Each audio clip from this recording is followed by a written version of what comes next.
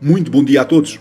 Hoje, quinta-feira, dia 22 de julho do ano da graça 2021, vamos continuar com as leituras do livro de Cândido de Figueiredo, a sua obra póstuma Os Meus Serões, que é uma autobiografia. Esta obra, este livro, foi publicado e editado pela Livraria Clássica Editora em 1928. Nos dias anteriores, abordámos os 4 primeiros capítulos da obra. Hoje, vamos entrar no 5º capítulo, que se intitula O Cireneo do Senhor Vigário. Passamos então à leitura. Aos 12 anos, estudava eu latim e ajudava à missa o meu professor, Padre Diniz, e o vigário da freguesia. O Padre Diniz, primo de minha mãe, era, sem favor, um erudito. História, literatura, economia política, ciências naturais, de tudo conversava com seguro e claro critério, se havia quem o atendesse e o entendesse, o que não era vulgar em pequena aldeia de poucas letras. Mas, de onde em onde, aparecia um ou outro bacharel, um ou outro sacerdote menos iletrado, um ou outro estudante de escolas superiores, e o talento e o saber do Padre Diniz impunham-se então ao apreço dos que o ouviam. Lembro-me de que o doutíssimo economista, Dr. Anselmo de Andrade, quando estudante da Universidade de Coimbra, ia passar as férias na minha aldeia, em casa do seu padrasto, o Dr. António Gonçalves da Silva e Cunha, lente de medicina, e muitas vezes em casa deste último, ou na Botica da Terra, ou ao luar, em pleno adro, provocava a expansão literária e científica do Padre Diniz, com que muito se comprazia. Ainda hoje, decorridos mais de 40 anos, o Dr. Anselmo de Andrade me pede, com saudade, notícias do Padre Diniz. Aos 12 anos, como disse, estudava eu latim e ajudava à missa ao Padre Diniz e o vigário da freguesia. Mas nem só isso, o vigário utilizava o escasso préstimo do estudantinho. Como ele via pouco e não escrevia melhor do que eu, delegou em mim, durante 2 ou 3 anos, a redação dos assentos paroquiais de nascimento, casamentos e óbitos. E, como se isso não fosse pouco, incumbia-me também da examina quaresmal, que consistia em examinar sobre doutrina cristã as crianças que iam à confissão e à primeira comunhão. No conceito das mães e avós dos examinandos, parece que eu me desempenhava do encargo da examina com a seriedade que, muitos anos depois, eu mantinha nas minhas funções de examinador dos liceus. O vigário sensibilizava-se com os meus serviços e jurou aos seus botões que havia de fazer de mim um padre.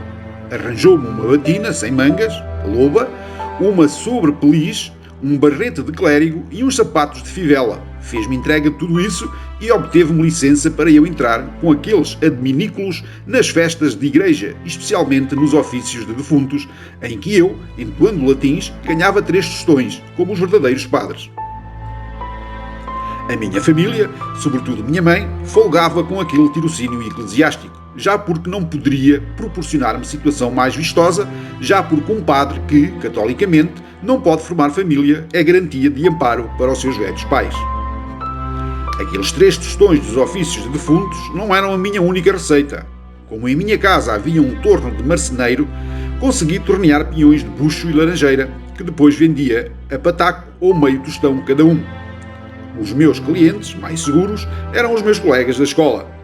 A mais usual aplicação dos meus proventos eclesiásticos e profanos era a compra de uns folhetos que me interessavam vivamente e que se vendiam a 30 reis nas barracas da Feira do São Simão. História da Princesa, Magalona, João de Calais, História de Carlos Magno e dos 12 pares de França, Bertoldo, Bertoldinho e Cacaceno, etc. Adquirida a mercadoria, não tinha a coragem de adiar a leitura até chegar à minha casa. Desviava-me da feira para a sombra dos carvalhos próximos e ali me regalava com a leitura de lendárias aventuras e façanhas até que a noite me impedia de ler ao ar livre. Entrevia-se em mim um vago desejo de cultivar as letras, mas faltavam-me livros e conselheiros. Afora o Vinhola dos Proprietários, livro de arquitetura muito apreciado por meu pai, e afora os meus compêndios escolares, a biblioteca doméstica apenas me proporcionava as horas marianas, muito lidas por minha mãe, o lunário perpétuo, muito apreciado por meu tio António, e não falando noutras bagatelas, o almanaque de lembranças que tinha por correspondente o meu vizinho Alexandrino Caetano de Oliveira, a quem eu comprava a quem eu o comprava com muito interesse, pela bonita soma de 12 vinténs.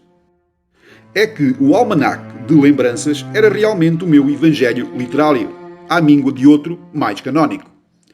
Havia ali, como ainda hoje há, variadíssimas prosas, poesias, charadas. E como muita gente que nem toda poderia ser literata, colaborava naquela afamada enciclopédiazinha popular. Assaltou-me a tentação de escrever para ela qualquer coisa, a tentar fortuna. O almanaque, que tivera por fundador Alexandre Castilho, irmão do grande escritor deste apelido, era então dirigido pelo poeta da Doida de Albano e do Taço no Hospital dos Doidos, o Dr. Xavier Rodrigues Cordeiro, que, volvido a uma dúzia de anos, foi meu dedicado e prestimoso amigo. Com um pouco de audácia, mesclada de inexperiência, escrevi um dia, numa folha de papel, a descrição da minha aldeia natal e mandei o escrito ao diretor do almanaque. Seria publicado? Não seria? Não se imagina a ansiedade com que o ingênuo mocinho de 13 anos, aprendiz de letras, esperou a publicação do próximo volume do almanaque. E ainda menos se imagina a alegria, o triunfo, quase a vaidade, com que eu, num belo dia de outono, pude ver, em letra redonda, o estirado nome de António Cândido Pereira de Figueiredo a franjar a descrição da minha terra. Li o artigo a minha mãe, a minhas irmãs, mas eu sentia necessidade de maior público. E, à falta de mais numerosa e lúcida reunião, ocorreu-me que, por baixo do sobrado da minha casa, no lagar, andavam muitos homens pisando as uvas. Abri o alçapão, desci a escada, encostei-me ao lagar e apostrofei os homens. Sabem vocês o que é a letra redonda? É a letra dos livros e dos jornais. Pois não é isso? Disseram alguns. Exatamente. Saibam então que a nossa terra já é falada em terra redonda. Que diz o menino? Pode lá ser? Então ouçam. Vem isto num livro de Lisboa. Com voz animada e clara, li a minha prosa, ouvida atentamente pelos homens que se agrupavam perto de mim, surpreendendo a pisa das uvas. Sim, senhor, isso faz honra à nossa terra, ponderou alguém de entre eles. Mas quem escreveria essas coisas?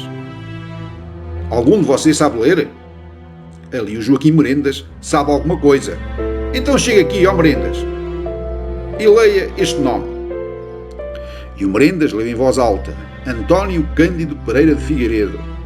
Ah, é o menino! Exclamaram os homens. Ah! Este A foi para mim uma coroa de glória, e falo verdade se disser que nunca em meu caminho se me depararam aplausos que mais fundamente me impressionaram. Findamos assim o 5º capítulo do livro. Como puderam ouvir, aqueles mais atentos, esta parte do livro, este capítulo do livro, já tinha sido abordado no livro de Francisco de Gouveia, A História de Lobão e de suas famílias, no que concerne à biografia de Cândido de Figueiredo.